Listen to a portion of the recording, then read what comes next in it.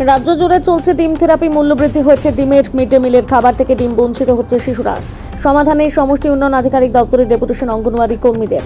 সরকার বদল হওয়ার পর গোটা রাজ্য জুড়ে চলছে ডিম থেরাপি। হঠাৎ ডিম পাচ্ছে না অঙ্গনওয়াড়ি কর্মীরা। এবার ডিম সমাধানের জন্য বিডিও অফিসে ডেপুটেশন অঙ্গনওয়াড়ি কর্মীদের। তাদের মূলত দাবি, বাজারে অগ্নিমূল্য হয়েছে ডিমের দাম।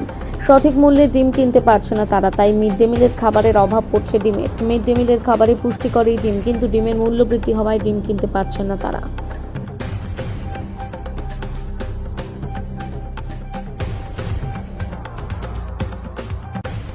কারণে ভিডিও অফিসে এসেছেন আপনারা?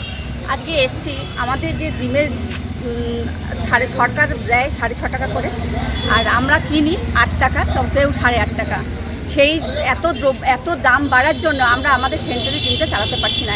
এই জন্য আজকে বিডিও সাহেবকে আমাদের সিডিপিও ম্যাডামকেও জানিয়েছি এবং আমাদের আজকে বিডিও সাহেবকেও জানাতে এসেছি, একটা ডেপুটেশন দিতে এসেছি।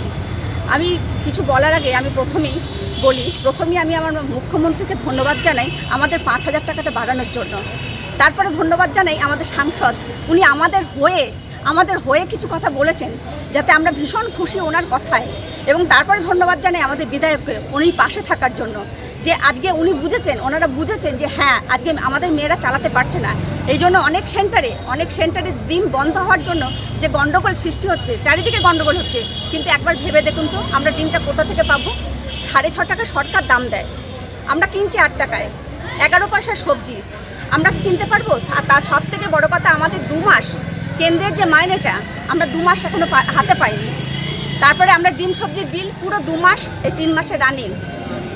তার আগের একটা এপ্রিল মাসের মনে হয় হাফকে 84%, হ্যাঁ মার্চে ভিডিও অফিসে তো জমা দিলেন, ভিডিও সাহেব কি বললেন? উনি আশ্বস্ত দিয়েছেন যে আমি জেলায় কথা বলবো, এটা নিয়ে আপনাদের পাশেই থাকবো। আপনারা এরকম কতজন সেন্টারের লোক রয়েছেন আপনারা? আমাদের 461টা সেন্টার। হ্যাঁ, কিছু কিছু জিপি কিন্তু সেন্টারে রান্না চলছে, তাদের উপর বাই প্রেশারে তারা রান্না করছে, কেননা তাদের পাবলিক, তারা ডিম দিচ্ছে, তারা রান্না করতে বাধ্য হচ্ছে। কিন্তু প্রশ্ন, তারা কোথা থেকে করছে? 2 মাস মাইনে পায়নি, 3 মাস প্রায় রানিং, বিল পাইনি। তাহলে আমরা কোথা থেকে চালাবো শিশুদের খাবারটা? কি নাম আপনার? আমি তনুশ্রী গাঙ্গুলি, আইসিডিএস ওয়ার্কার। কোথায় সেন্টার আপনার? আমার সেন্টার হচ্ছে শান্তিপুর মিউনিসিপ্যালিটির মধ্যে বক্তাঘাট হাই স্কুল।